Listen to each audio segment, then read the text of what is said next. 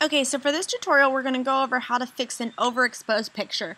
When you come into Photoshop, or into Adobe Camera Raw, or whatever applicable plugin you need for your editing. I use Photoshop, so I have Adobe Camera Raw, which is the free download from Nikon. From Adobe. Since I use Nikon, my files come out .nef. Okay, so if you look in the right-hand corner here, like we did before, we've got a histogram. It looks a little bit like a bell curve, but if you'll notice, there's a small sliver of a very tall color spiking really high all the way on the right-hand side where it's very bright. Okay, and I set my Adobe Camera Raw so that I can see my clipping. That's what this red is you see here in the middle. Alright, so you see this little triangle that you have up the right hand corner? It's called highlight clipping. You can unclick it and it will take it off, but you turn it on. That way I get a feel for what is being completely blown out. When we say blown out, we mean that the data, there is no data. By shooting in RAW, we're able to recover that data. It's awesome.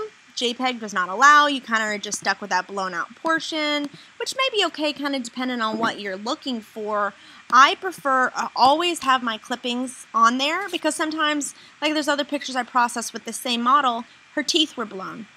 I didn't want her teeth blown at all. I wanted everything properly exposed. I didn't want any of these hot spots. So you see my clipping. What I'm going to do is I'm going to come over here to the sliders.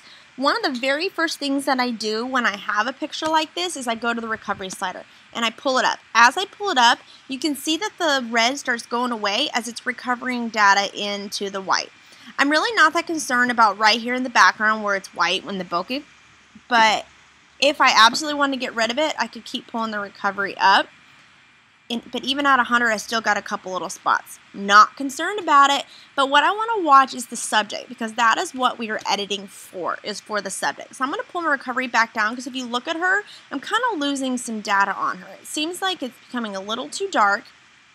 I'm just not comfortable with it. So I'm pulling my recovery here about to 34. She's still a little bright for me. So I'm going to take the exposure. I'm going to pull it down some.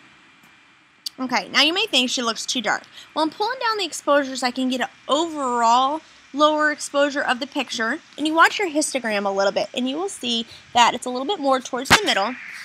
Well, now to compensate so I can fill her face, I'm going to pull my fill light up. Just a tad.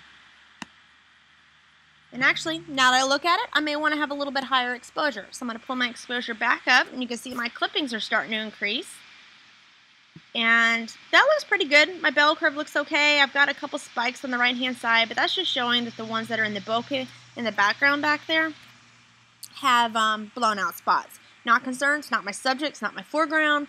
And they're not big enough that they're going to absolutely take away from the picture.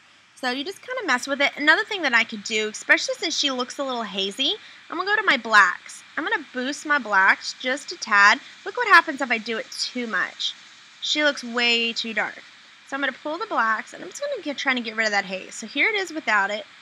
Pull the black up.